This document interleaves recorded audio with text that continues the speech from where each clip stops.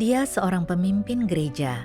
Saat mengetahui ada orang jahat mengganggu pekerjaan gereja, hatinya ciut, hanya bisa mengamati. Kenapa dia tidak berpegang teguh pada prinsip dan melindungi pekerjaan gereja? Watak rusak apa yang tersembunyi di balik ini? Bagaimana dia mengatasinya?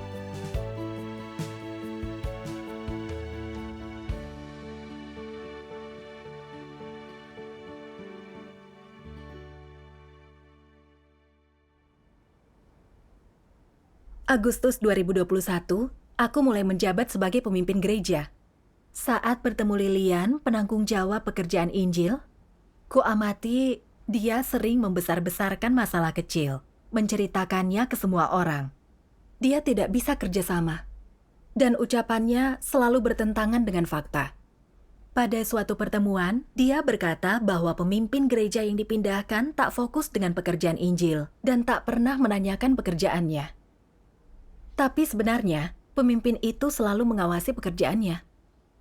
Dia juga melaporkan pekerjaan berjalan lancar, agar orang berpikir pekerjaan yang dipimpinnya berjalan normal. Meski sebenarnya, dia tak menyelesaikan pekerjaan nyata. Pada suatu pertemuan, dia menekankan kesulitan pekerjaannya, katanya anggota timnya tidak becus. Namun, waktu aku perhatikan, ternyata banyak pekerjaan yang tidak dia kerjakan, jadi ucapannya tidak benar. Aku memanggilnya karena dia tak melakukan pekerjaan nyata dan melempar kesalahan. Dia tidak mengatakan apa-apa. Kupikir dia akan merenungkan diri. Tetapi justru dia mengirim pesan kepada rekanku, Saudari Maya, bahwa dia tak mau berurusan denganku. Bahwa aku menangani dia dengan membabi buta dan tidak memahami kesulitan dia. Dia pun bilang, tak bisa jadi sepertiku, tapi harus memperlakukan saudara-saudari dengan kasih dan sabar. Aku tercengang waktu membaca pesannya. Ada begitu banyak masalah dalam tugasnya. Aku hanya menunjukkannya, itu bukan memangkas dan menanganinya. Bagaimana dia bisa bilang aku membabi buta menanganinya? Faktanya tidak seperti itu. Bagaimana dia bisa begitu culas dan licik? Aku ingin menjelaskan semua kepada Maya. Tapi baru separuh mengetik pesan untuknya, aku jadi ragu. Jika aku mengirim pesan menjelaskan masalah Lilian yang sebenarnya, Maya mungkin mengira aku kurang sadar diri dalam menghadapi masalah dan salah memperlakukan orang. Akhirnya, pesan itu tak jadi kukirim. Lalu, ku dengar kalau Lilian membuka hati kepada orang lain hanya sebagai dalih bahwa aku telah membabi buta menanganinya tanpa alasan dan membuatnya sedih. Aku sangat jengkel mendengar hal ini. Aku tak tahu bagaimana aku bisa memeriksa pekerjaannya kelak. Aku merasa sangat sulit bergaul dengannya. Beberapa hari kemudian, karena keperluan pekerjaan, kami ingin memindahkan beberapa orang dari tim Lilian untuk melakukan pekerjaan penyiraman. Herannya, begitu kukatakan kepadanya, dengan masam dia berkata, "Kalau kau mau pindahkan mereka, aku tak peduli. Aku yakin hasil pekerjaanku tak akan bagus." Perkataannya menyeratkan ancaman. Benar. Lalu dia bicara terus terang kepadaku. Dia bermasalah dengan saudari yang memimpin pekerjaan penyiraman, makanya dia tidak ingin mereka dipindahkan. Dia juga berkata, jangan salahkan sikap dia yang tak baik jika saudari itu menyulitkannya lagi. Dengan berkata begitu, tampak wataknya bermasalah. Pasti. Iya. Mendengar ada ancaman dalam ucapannya, aku merasa selain sulit bergaul dengannya, kemanusiaannya pun tidak baik. Aku harus hati-hati saat mengawasi pekerjaannya, atau dia akan mencari cara untuk menentangku. Seorang atasan pernah menugasi kami melakukan pekerjaan penyingkiran, menyelidiki apakah di gereja ada orang jahat atau antikristus. Jika ada, mereka akan disingkirkan, dikeluarkan dari gereja. Aku terpikir Lilian. Kemanusiaannya tidak baik dan dia menolak menerima kebenaran. Dia dendam terhadap orang yang menyinggung masalahnya dan memutarbalikkan fakta, mencampur adukan benar salah, dan menyebar prasangka di belakang. Kupikir aku harus memeriksa perilakunya secara umum. Tapi aku tahu bahwa Lilian tak setuju aku memeriksa pekerjaannya dan akan bilang aku membabi buta menanganinya. Kalau kali ini aku ambil nilai dia, akankah orang berpikir aku memanfaatkan kesempatan ini untuk balas dendam? Akankah rekanku berpikir aku sangat suka status dan mencari kesempatan menyerang siapapun yang menunjukkan permasalahanku? Kemudian, semua orang akan takut dan menghindariku. Dan akan jadi masalah besar jika mereka melaporkanku sebagai pemimpin palsu. Lupakan. Aku bisa mengurusnya setelah orang lain memahami masalahnya. Kalau aku yang pertama membicarakannya, bisa disalahpahami. Jadi, aku tak membahas hal itu. Kau temukan masalah, tapi tak diselidiki dan diperiksa. Itu tidak menegakkan pekerjaan. Kau benar. Saat itu, aku merasa agak bersalah, tapi tetap tidak berkata apa-apa. Kemudian, Maya mengatakan kemanusiaan Lilian tak baik dan ingin memeriksa perilakunya. Aku senang dan agak bersalah waktu dia mengatakannya. Aku sudah tahu soal Lilian dan seharusnya segera menyelidiki perilakunya. Tapi aku diam, takut salah paham, dikira aku menyerang dia. Aku tidak melindungi pekerjaan gereja. Tapi setidaknya ada yang mengatakannya. Jadi aku tak perlu mengkhawatirkannya lagi. Setelah mengumpulkan penilaian atas Lilian, kami lihat mayoritas orang yang menulisnya tak kenal dia dengan baik dan memberi sedikit informasi.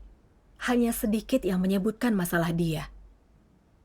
Aku tahu tindakan yang benar dalam situasi ini adalah mencari orang yang sudah lama berinteraksi dengannya.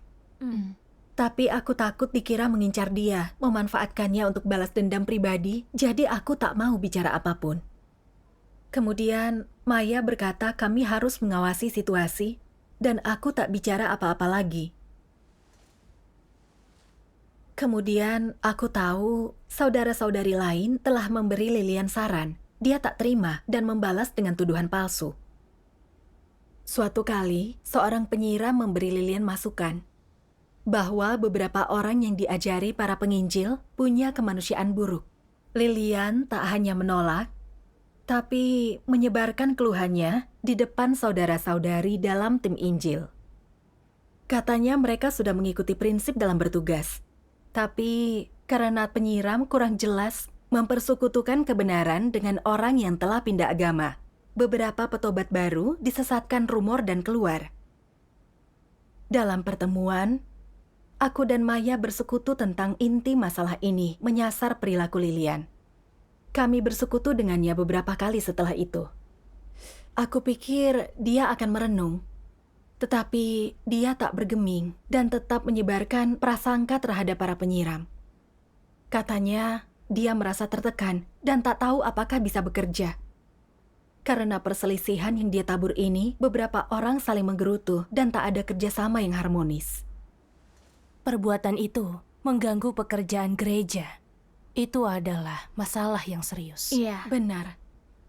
Aku tahu Lilian tidak cocok menjadi pengawas dan harus segera dipecat. Aku sangat menyesal tidak segera menyelidiki dan memecatnya sejak awal. Aku tahu kemanusiaannya buruk, tapi kubiarkan dia terus mengganggu pekerjaan gereja. Aku merasa sedih sekali. Aku berdoa agar Tuhan menuntunku untuk mengenali diri. Dalam pencarianku, kulihat firman Tuhan.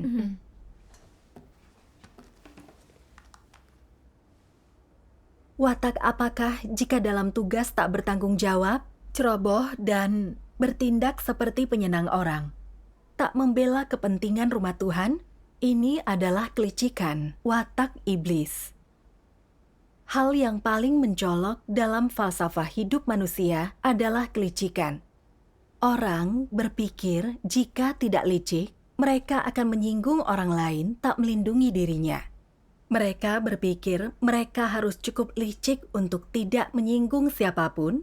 Dengan demikian, membuat diri mereka aman, melindungi mata pencaharian mereka, dan berpengaruh di antara orang banyak. Semua orang tidak percaya hidup berdasarkan falsafah iblis. Mereka adalah orang yang tidak menyinggung siapapun.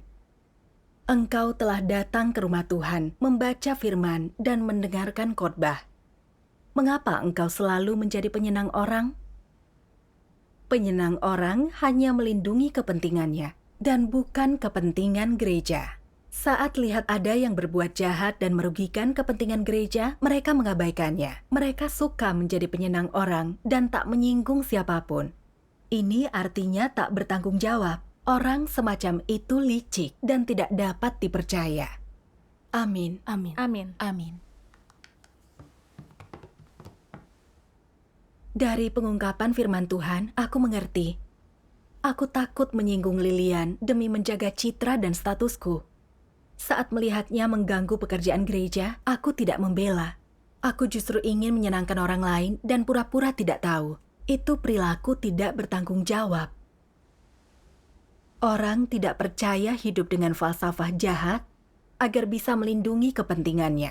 Mereka mengamati orang saat berbicara dan melihat kemana angin bertiup. Mereka sangat licik. Dalam tugas, perilakuku sama dengan orang tidak percaya. Aku jelas melihat kemanusiaan Lilian buruk dan mengganggu pekerjaan gereja. Dia seharusnya diberhentikan. Namun, aku tak mau dikira orang mencelakai dia dan balas dendam. Jadi kuhindari masalah dengan berusaha tidak memancing kecurigaan dan menunda menangani Lilian. Aku menunggu sampai saudara-saudari memahami dia. Demi melindungi reputasi dan statusku, meski ku tahu dia mengganggu pekerjaan gereja, aku memilih kepentingan gereja dirugikan dan tidak mengikuti prinsip, tidak menyingkap atau menangani dia. Aku licik, egois, dan tercela. Aku pun menyesal dan merasa bersalah. Aku tidak boleh terus memandang sesuatu sebelah mata, melainkan harus menangani Lilian sesuai prinsip, tak boleh melindungi kepentinganku sendiri. Lalu, aku dan Maya berbicara dengan Lilian, menyingkap dia yang memutarbalikkan fakta dan menyebarkan prasangka, merugikan relasi antara saudara-saudari, dan mengganggu pekerjaan gereja. Aku terkejut dia tidak menerima itu, tapi balik menyerang kami. Dia berkata, "Aku berbagi masalah denganmu. Kau tidak menyelesaikannya, malah membenciku. Kau tidak melakukan pekerjaan nyata." Melihat betapa sombongnya dia dan tak punya kesadaran diri, kami membahas natur dan akibat ucapan dan tindakannya dengan firman. Tapi dia tidak terima. Dia tetap berdebat dan terus bicara. Kemudian, aku membaca firman Tuhan yang membantuku memahami esensi Lilian.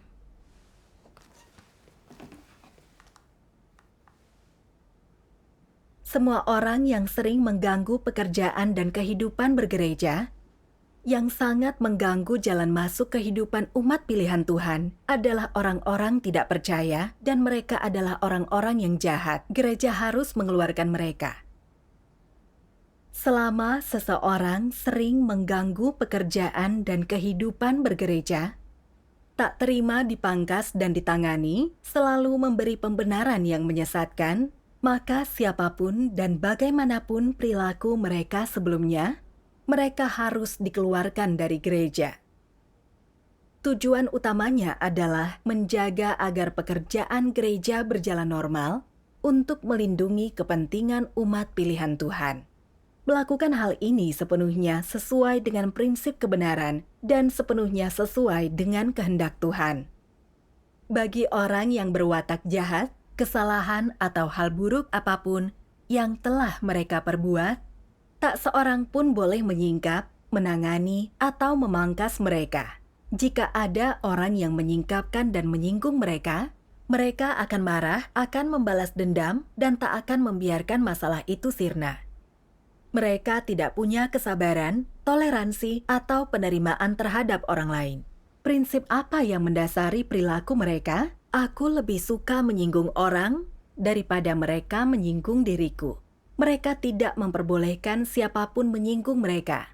Apakah ini logika orang jahat? Seperti inilah cara berpikir orang jahat. Tak seorang pun boleh menyinggung mereka. Bagi mereka, teguran sedikit pun tidak bisa diterima, dan mereka membenci siapapun yang menegur mereka. Mereka tak akan melepaskan orang itu. Sejahat itulah manusia. Amin. Amin. Amin. Amin. Dari firman aku lihat, orang jahat punya watak ganas dan tak terima kebenaran sedikit pun. Mereka benci siapapun yang mengungkap masalah mereka, lalu menganggapnya sebagai musuh, bisa balik menyerang dan balas dendam. Aku yakin Lilian seperti itu. Dia tak pernah merenungkan atau mempelajari diri dalam menghadapi masalah dan membenci siapapun yang memberi saran, menganggap mereka musuh, memutarbalikkan fakta, mencampur adukan benar salah, menyebarkan prasangka dan mengeluh tentang orang lain berkali-kali, memancing masalah dengan saudara-saudari. Ini yang membuat mereka tak bisa bekerja sama dengan harmonis dan mengganggu pekerjaan gereja. Sebagai pengawas pekerjaan Injil, dia berperan sebagai pelayan iblis. Orang lain seringkali memberi petunjuk, tapi dia tidak terima. Dia menjadi kasar dan membalas dengan tuduhan palsu tanpa menyesalinya. Dia benci kebenaran dan aturnya muak kebenaran. Dia terbukti menjadi orang jahat.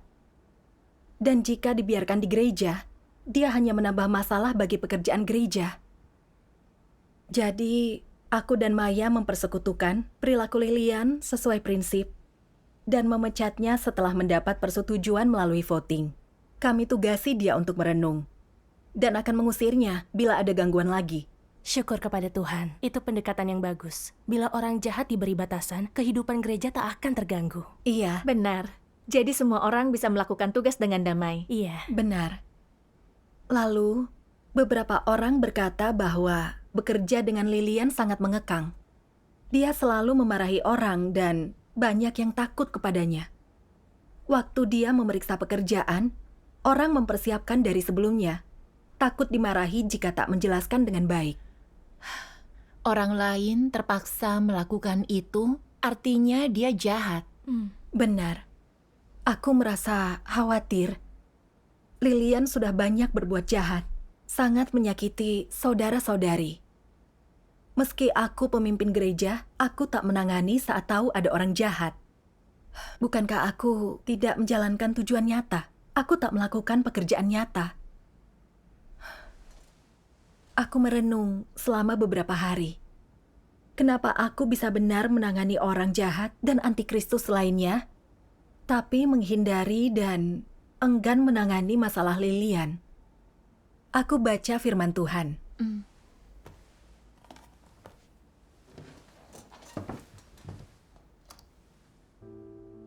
Tuhan Yang Maha Kuasa berfirman, apapun yang mereka lakukan, Antikristus terlebih dahulu memikirkan kepentingan mereka sendiri, dan mereka hanya bertindak setelah mereka memikirkan semuanya. Mereka tidak menaati kebenaran dengan sungguh-sungguh, dengan tulus, dengan mutlak, dan dengan tidak berkompromi, tetapi melakukannya secara selektif dan bersyarat. Lalu apa syaratnya? Syaratnya status dan reputasi mereka harus terlindungi dan tidak boleh sedikit pun dirugikan. Hanya setelah syarat ini dipenuhi, barulah mereka akan memutuskan dan memilih apa yang harus dilakukan. Artinya, Antikristus memikirkan dengan serius bagaimana cara memperlakukan prinsip-prinsip kebenaran, amanat Tuhan, dan pekerjaan rumah Tuhan, atau bagaimana menangani hal-hal yang mereka hadapi.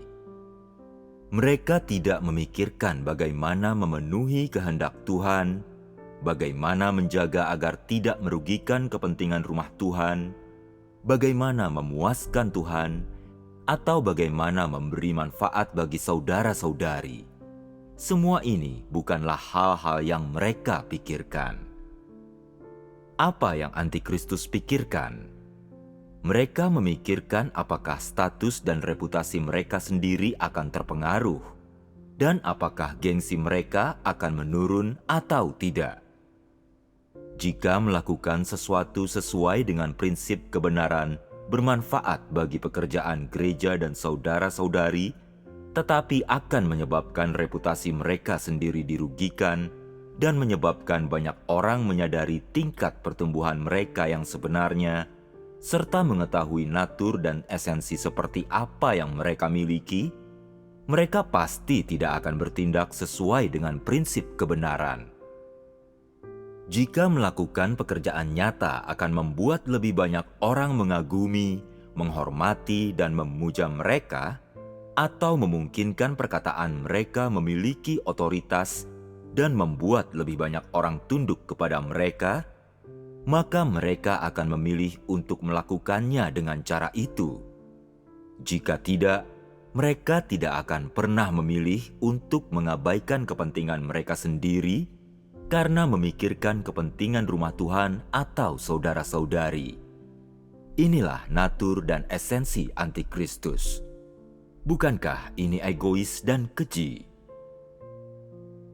Jika ada orang yang berkata bahwa mereka mencintai kebenaran dan mereka mengejar kebenaran, padahal pada dasarnya tujuan yang mereka kejar adalah untuk menonjolkan diri mereka sendiri, untuk pamer, untuk membuat orang mengagumi mereka, untuk mencapai kepentingan diri mereka sendiri, dan melaksanakan tugas mereka bukan untuk menaati atau memuaskan Tuhan, melainkan untuk memperoleh gengsi dan status, maka pengejaran mereka itu tidak dapat dibenarkan.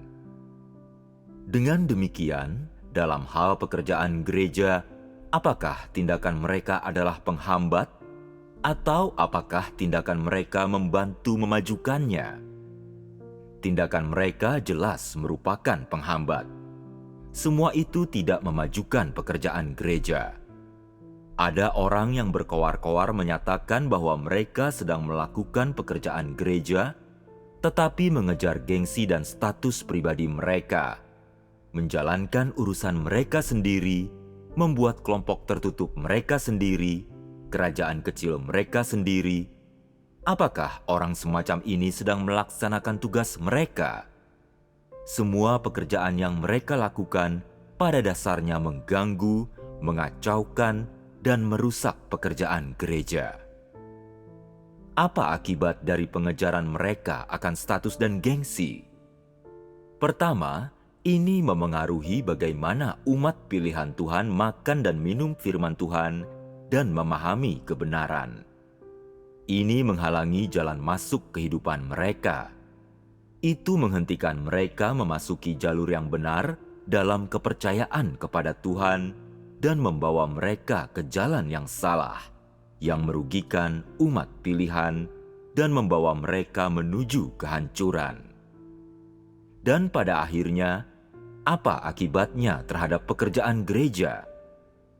Itu mengakibatkan penghancuran, gangguan, dan perusakan. Inilah konsekuensi yang ditimbulkan oleh pengejaran orang akan ketenaran dan status. Amin. Amin. Amin. Firman Tuhan mengungkap bahwa antikristus hanya memikirkan nama dan status sendiri dalam bertindak. Jika bisa melakukan sesuatu yang meningkatkan reputasi mereka, antikristus akan melakukannya. Jika melakukan sesuatu sesuai dengan prinsip dapat merusak reputasi atau status mereka, antikristus akan mengesampingkan prinsip itu dan hanya memikirkan apa yang bisa melindungi kepentingan mereka, menguntungkan mereka. Mereka egois dan busuk. Aku bertindak seperti seorang antikristus. Sudah lama aku tahu bahwa kemanusiaan Lilian buruk. Dia tak mengejar kebenaran. Dia benci semua orang yang memberinya saran, mencari-cari kesalahan, menghakimi dan menyerang mereka. Tidak segera menangani dan memecatnya akan menghambat pekerjaan gereja. Namun karena dia berprasangka terhadapku, aku takut menyelidiki tentang dia dalam situasi demikian. Orang lain akan mengira aku menghukum dia, atau bahkan berpikir aku pemimpin palsu. Aku merasa posisiku terancam. Karena watak buruk Lilian, takutnya kalau dia aku berhentikan, dia akan menghakimiku di belakang, atau bahkan melaporkan aku. Aku merasa menangani dia hanya merugikanku dan memengaruhi reputasi dan posisiku. Jadi, aku menunggu dan melihat situasi, tidak mengurusnya. Aku sungguh licik dan egois, tidak manusiawi. Sebelumnya, waktu menemukan orang yang harus disingkirkan saat pekerjaan pembersihan, aku bisa menanganinya sesuai prinsip. Karena tak kenal mayoritas orang itu. Yang terpenting, mereka tidak mengancam reputasi dan statusku.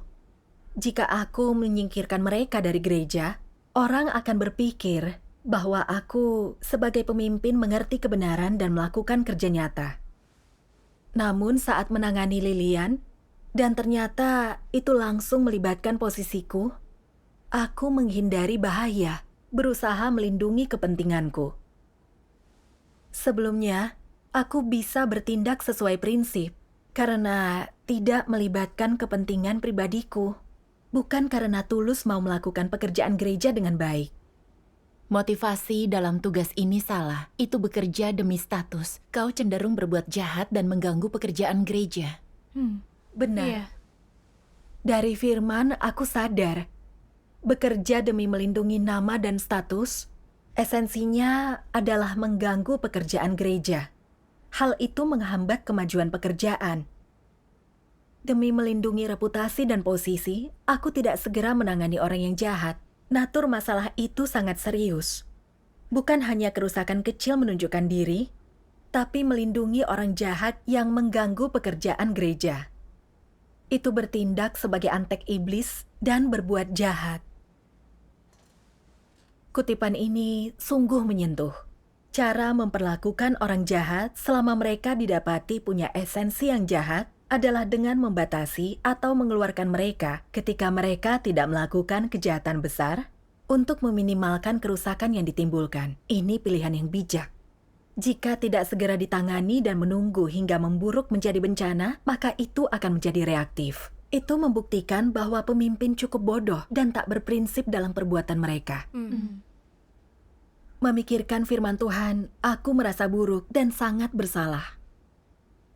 Sebagai pemimpin, pekerjaanku adalah melindungi orang pilihan Tuhan dari gangguan penjahat dan melindungi kehidupan gereja yang layak supaya pekerjaan gereja bisa berjalan dengan baik. Namun saat orang jahat muncul di gereja, aku tak berbuat apa-apa. Aku tidak memenuhi tanggung jawab. Sehingga orang dikekang dan diganggu orang jahat, hidupnya tersakiti.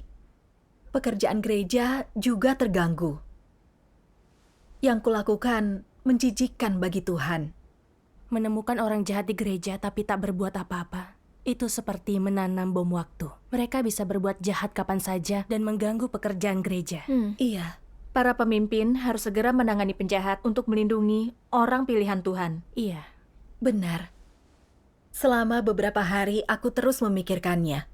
Aku tahu benar ada orang jahat yang mengganggu pekerjaan gereja, dan aku harus segera menanganinya sesuai prinsip. Jadi kenapa aku takut orang lain akan salah paham dan menuduh aku menyerangnya? Apa sebenarnya menyerang seseorang? Aku baca dalam firman.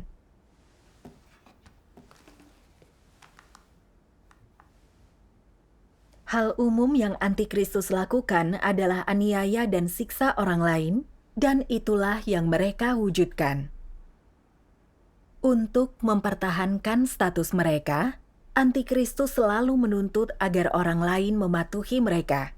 Jika mereka mendapati ada orang yang tidak mengindahkan atau melawan mereka, mereka akan bertindak cepat untuk menindas dan menaklukkan orang itu. Antikristus sering menindas orang yang pendapatnya berbeda dari mereka.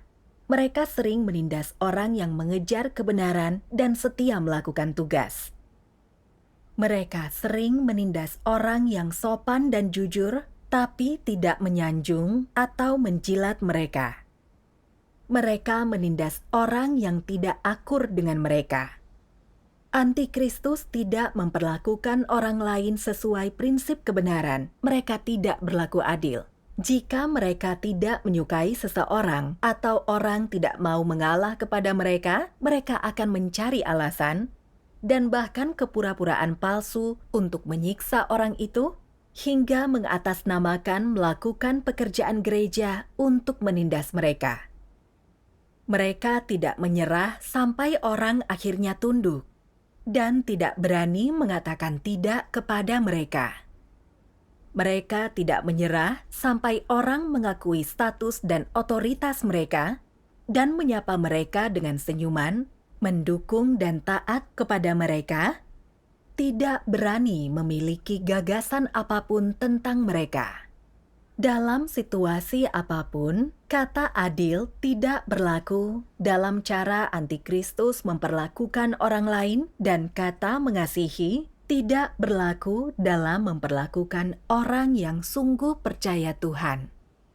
Mereka menganggap siapapun yang mengancam status mereka sebagai duri dalam daging, dan mereka akan mencari dalih untuk menyiksa mereka. Mereka menyiksa orang yang tak patuh hingga orang itu ditundukkan. Tindakan mereka bertentangan dan tidak sesuai dengan prinsip kebenaran. Jadi, haruskah mereka dipangkas? Itu tidak cukup, tapi diperlukan tindakan mengungkap, mengidentifikasi, dan menggolongkan mereka. Antikristus memperlakukan setiap orang sesuai dengan preferensi, niat, dan tujuan mereka sendiri.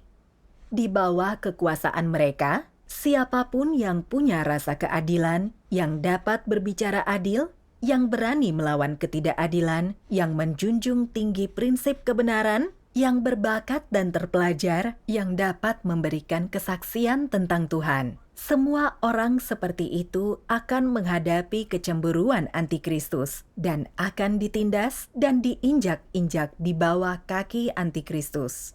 Seperti itulah kebencian antikristus yang memperlakukan orang-orang baik yang mengejar kebenaran. Dapat dikatakan bahwa mayoritas orang yang ditindas oleh antikristus adalah orang yang positif dan baik.